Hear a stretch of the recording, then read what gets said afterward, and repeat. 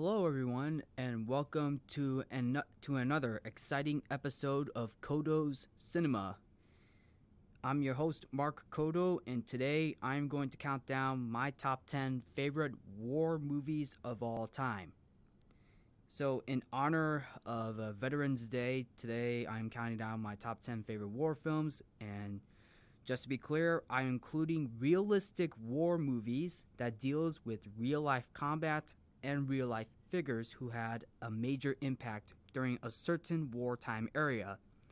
So yes, you'll hear a lot of war combat with real-life figures who took a major part in the war. So don't expect to hear superhero films like Wonder Woman, Captain America, and X-Men First Class. Satires like Doctor Strangelove will not be included. Films that are set in an alternate timeline or universe like Quentin Tarantino's Inglourious Basterds will not be on this list. Those movies will be a list of their own another time. And in honor of Veterans Day, this episode is dedicated to those who fought and died for our country with great service and honor. And thank you, veterans, for our service and honor for our country. Thank you very much. And by the way, most of these films on this list will contain some mature contents, so spoiler alert. Okay, number 10, Platoon. Kicking off this list is the war in Vietnam, directed by Oliver Stone. Platoon is about the U.S. Army soldiers fighting in the Vietnam War, while two sergeants argue over their leadership of the platoon. The film has an all-star cast, which includes Charlie Sheen, Willem Dafoe, Keith David, Forrest Whitaker, Johnny Depp, among many others. The music also brings in a sign of depression as well, particularly the Adagio for strings by Samuel Barber, which fits the tone of the film since war, or for the most part, the aftermath of war while it does deal with a lot of combat, but it also deals with a lot of emotion, freedom, and sacrifice. Most particularly the aftermath of the war, which I thought the music fits the tone of the movie perfectly. And while Charlie Sheen and Willem Dafoe put up a fantastic performance as the two leads, as for Charlie Sheen, it isn't the first time a member of Charlie Sheen's family who appeared in a Vietnam War film. So, flashback before Platoon, flashback from 1986 of Platoon to 1979. So, which I'm saying, in 1979, Martin Sheen, who is Charlie Sheen's father, starred in Apocalypse Now, which is another Vietnam War film that was directed by Francis Ford Coppola. So basically, at least Platoon and Apocalypse Now has a similar connection. Okay, moving forward. Number 9, War Horse. Okay, I'm going to be totally honest with you. I find this entry a little forgotten a little bit, but it still serves as a good war film. Now, I actually enjoyed this war film. I completely forgot about this film when I grew up watching, but thinking back to it, I actually remember part of the film, which I actually enjoy War Horse. Most of the film. Now, this film, War Horse, is directed by Steven Spielberg. So there is something. Yes. And to move forward, Steven Spielberg is no stranger to filming epic war films, and War Horse is no exception. Based on Michael Morpurgo's, I'm pretty sure I'm pronouncing this correctly, his book of the same name, War Horse takes place during World War I, where a thoroughbred horse raised by Albert being bought by the British Army to fight in Europe. And while, yes, even though this film does follow an animal in combat, I feel like the film does a very good job telling the story very well about the war horse, and the film puts up pretty good performances, particularly from the cast, most notably Tom Hiddleston and Benedict Cumberbatch. The direction by Steven Spielberg and John Williams' musical score was excellent. The film is actually pretty good, although some of the action scenes I do like, most particularly towards the end. They actually did a pretty good job, especially with the wire cut scene. I thought that was like one of the few funny moments in that film where the army needed more wire cutters to cut the wires, and then everybody else just like literally throws wire cutters from behind. I mean, I thought it was a little funny, even though, yes, it is basically a very serious movie. It's basically a very serious movie, but sometimes even though some war films can have some humorous moments, but that's just my thought. But in a much more serious way, yeah, it's kind of serious. All right, moving forward. Number 8, Glory. Set during the American Civil War, Colonel Robert Goodshaw, played by Matthew Broderick, leads the U.S. Army's 2nd African-American Regiment into battle against the Second Battle of Fort Wagner with the help of commanding officers played by Denzel Washington, Cary Elves, and Morgan Freeman. While the film has 3 fictional commanding officers, it still serves as an important war film due to Robert Goodshaw's real-life leadership with the African American soldiers. I thought the story itself was amazing. The performance of the 4 leads were great, particularly Denzel Washington, to which he later on won his first Oscar for Best Supporting Actor at the Academy Awards.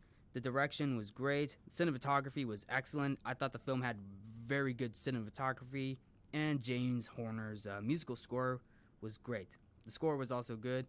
Now, actually, I actually saw Glory back in 8th grade. It was literally an amazing war film. What I didn't notice that Glory was rated R.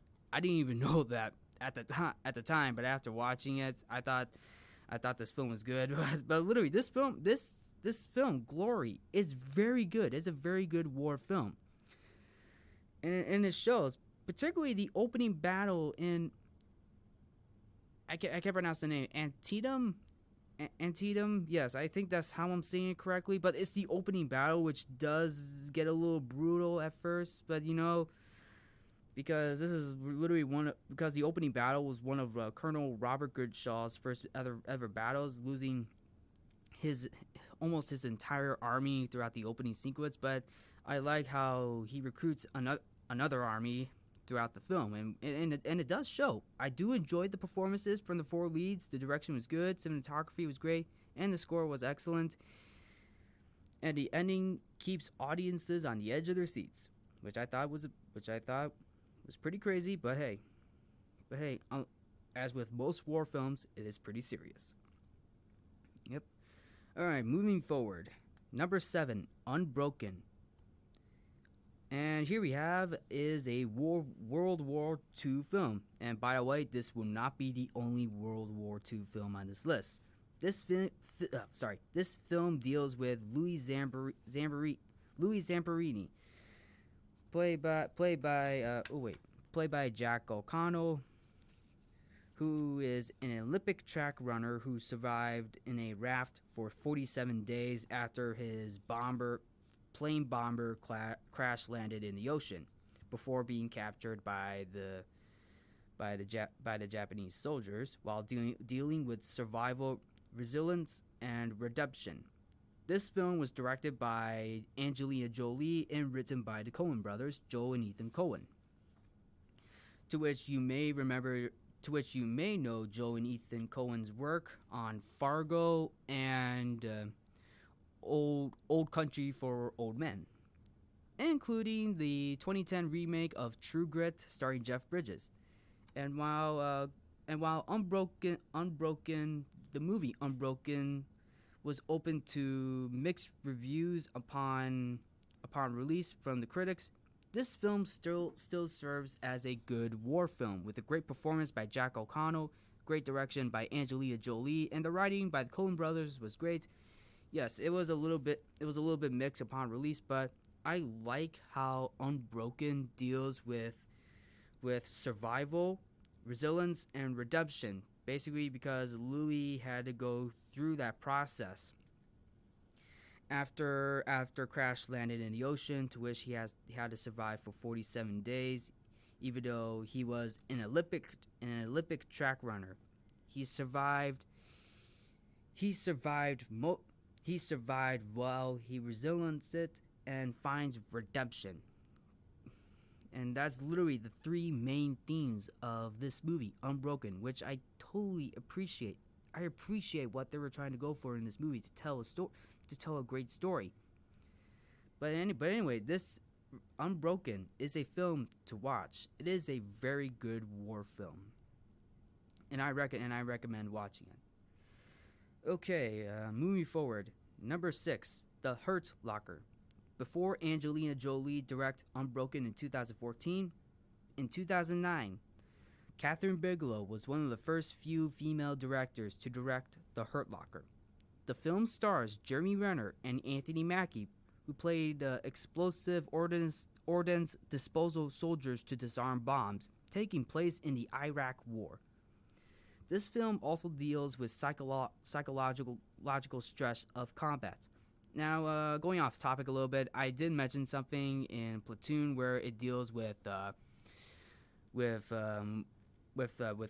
combat as well as emotion, which I did mention that on, as I mentioned with Platoon.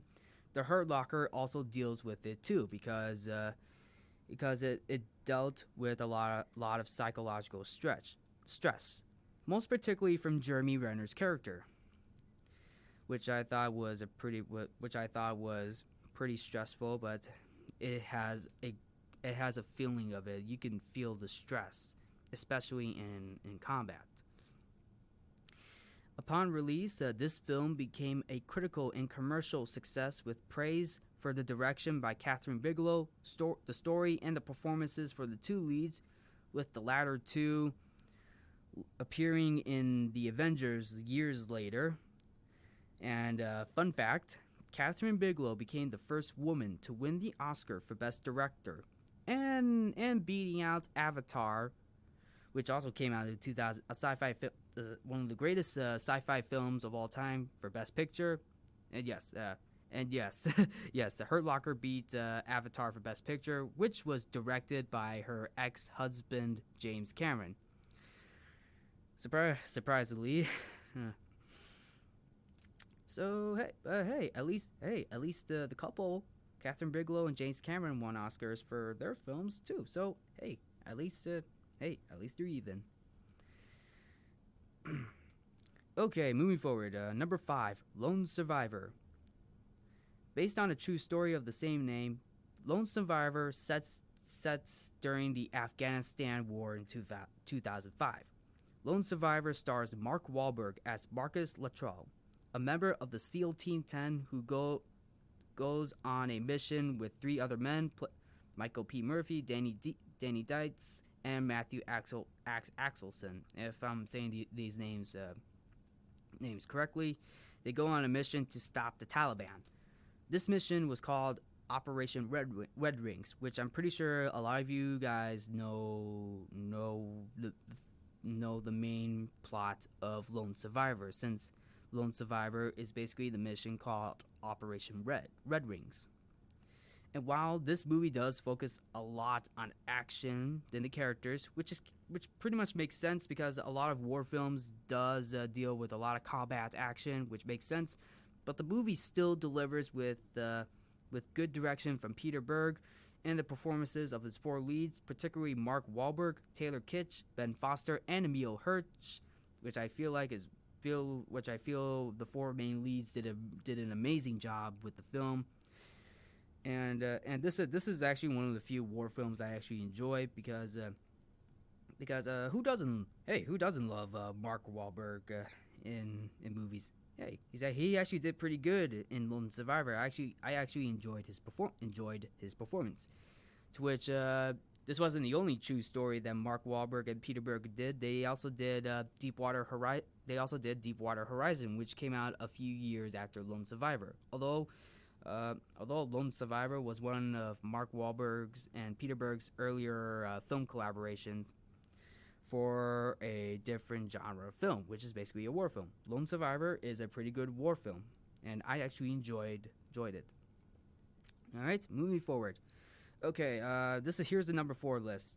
No, I'm not list or spot. Number 4 spot. Okay, so basically this number 4 spot might have dealt with a real life figure, even though we never get to see a lot of any combat. But this is set during World War II, and it literally counts as a war film. So bear with me as I present my number 4 entry, Darkest Hour. Okay, as I mentioned, Darkest Hour may have only focused on Winston Churchill throughout the movie, but it still serves as a war film due to his epic finale speech that Churchill delivers at the end of the movie. Set in 1940 during World War II, Gary Oldman plays Prime Minister Winston Churchill, who has refused a peace treaty against the German advance in the highest levels of the government. This movie was one of 2017's greatest war films thanks to the performance of Gary Oldman, who later won the Oscar for Best Actor, and the film also won the Oscar for Best Makeup. And literally, Darkest Hour is literally a great war film. And I thought Gary Oldman played Winston Churchill to a great perfection. He did an amazing job playing Winston Churchill. The film itself is great. I love the performances, the set designs, the cinematography was also great as well. And it also had connections to Dunkirk, which I will also explain pretty soon. So yep, and also to quote Winston Churchill's last words in his speech, "We shall never surrender."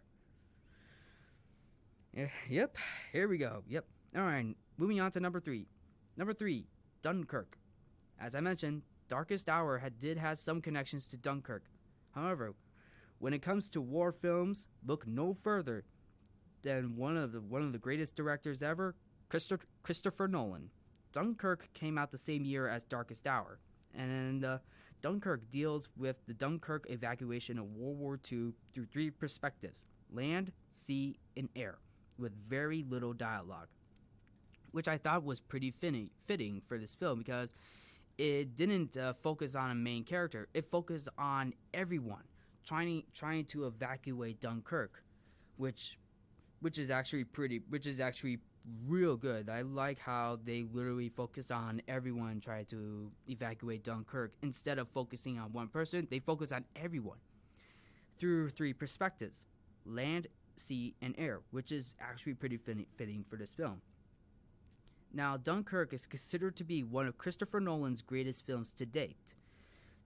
Thanks to his direction and writing, Hans Zimmer's musical score, and the cinematography, and the sound effects were also great too. I also enjoyed the performances, many great performances, particularly Mark Rylance, Kenneth Branagh, and Tom Hardy, which is actually pretty. Which I literally enjoyed everybody's performance in Dunkirk. And and Christopher Nolan did a very nice job with this film. I thought he did amazing. I know the editing was also good too. The editing itself was actually pretty good, even though there might have been some moments in it with the editing. But actually, the editing, looking back into Dunkirk, I thought the editing was okay. It was actually pretty good. But with Dunkirk dealing with the evacuation, I thought it was a very, very good film. Despite the moments, it had a lot of jaw-dropping moments, and like moments that literally kind of scared the audience a little bit. But at the same time, this is literally like one of those films when, particularly from Hans Zimmer's musical scores with Christopher Nolan, this is it's kind of deals with the clocks ticking, as with most of Christopher Nolan's films. Since most films kind of dealt with with the ticking clocks, which I feel like was a pretty good common thing in most of Christopher Nolan's movies, and Dunkirk is one of them. And the same with the Dark Knight. Yep. All right, moving forward. Number 2, Hacksaw Ridge. Hacksaw Ridge is one of Mel Gibson's greatest films to date since Braveheart. This film has been in development for 14 years until Mel Gibson stepped in to direct. Set during World War II, the film follows a true story about Desmond Doss, played by Andrew Garfield, who is a combat medic who refuses to carry a weapon or firearm of any kind, which leads into combat in the Battle of Okinawa. This film also used archived documentary footage of Desmond Doss to tell his experience as a combat medic during the end credits sequence, to which the film is also dedicated to. And throughout the movie, I actually loved this movie. Particularly going into the third act where they actually went into combat. The film does a very good job depicting the battle of where they went up into Hacksaw Ridge. Especially in the opening, we get to see why Desmond Doss refuses to carry a weapon or firearm of any kind while he's training to become a combat medic, which I find it pretty good. Which I find it as a good way for the film, even though there were some moments in the film that was pretty hard to watch, especially the amount of stress and moments that are kind of hard to watch. But at the same time, Hacksaw Ridge is a very good war film to watch. Also, this film is also dedicated to composer James Horner, who passed away before production. James Horner was originally going to compose the score for Hacksaw Ridge, although I forgot who actually composed the score for Hacksaw Ridge. But I know for a fact James Horner was originally going to score this movie. But however, we still have glory for James Horner to compose, which James Horner did earlier on in the earlier years in one of the few war films on this list. Yep. Okay. And now to our number 1 spot. Number 1, Saving Private Ryan. Taking the top honor on this list is Steven Spielberg's greatest war movie of all time. Saving Private Ryan follows Captain John Miller, played by Tom Hanks, who leads his squad, played by with notable actors played by Tom Sizemore, Giovanni Ribisi, Vin Diesel, Barry Pepper, among many others, to search for first class James Francis Ryan, played by Matt Damon, who is the last surviving brother of his 3 brothers. And I do enjoy this film. I actually watched parts of the film, although most parts of this film was enough to be on this list. But however, if I were to pick a moment of this film that is basically most remembered, the film is mostly remembered for its 20-minute opening sequence of the Omaha Beach attack on June 6, 1944. For its depiction of the real-life battle, taking audiences by surprise in the most realistic and graphic way possible. Now, the 20-minute opening sequence is the highlight of this film. It's literally one of the most hard to watch scenes. It's literally hard to watch, but at the same time, it's literally realistic. It's literally realistic, and this is probably one of the most hardest sequences ever to film. And with directors like Steven Spielberg, this is literally a hard sequence to film. But hey, at least they got the sequence done. But at the same time, it's still hard to watch. Can't even imagine what it was like. Out like that. I mean, it's literally a hard to watch scene. But still, the 20-minute opening sequence is still one of the main focal highlights of this film. And to this day, Saving Private Ryan is one of the greatest movies of all time, thanks to the excellent performance of the cast, most particularly Tom Hanks, Tom Hanks and Matt Damon, the direction by Steven Spielberg, the sound effects, and John Williams' musical score, as well as the writing. Like I said, to this day, Saving Private Ryan is one of the greatest war films and World War II films of all time. And that's why Saving Private Ryan takes the top spot, or should I say, the top honor on this list. Okay, and that is it. So, what do you guys think? What do you guys think? You think I'm missing a few war films on this list? I mean, let me know. Let me know what you guys think. I understand this is pretty much a more mature. This is pretty much more of a mature list for today's episode, and I understand that. But since today was Veterans Day, I thought I'd do a top 10 war films. And please forgive me if I ever. Please forgive me if it's a little uncomfortable or unsettling. But at the same time, this is basically a day to remember those who have fought and died for our country with great service and honor, and I really respect that. I respect the soldiers, the veterans who have fought for our country, and I really do respect that. So anyway, thank you for tuning in to episode 10 of Codo's Cinema. I am your host, Mark Codo. Thank you all for tuning in. And to all of you veterans and soldiers out there celebrating Veterans Day, thank you for your service and honor and sacrifice to our country.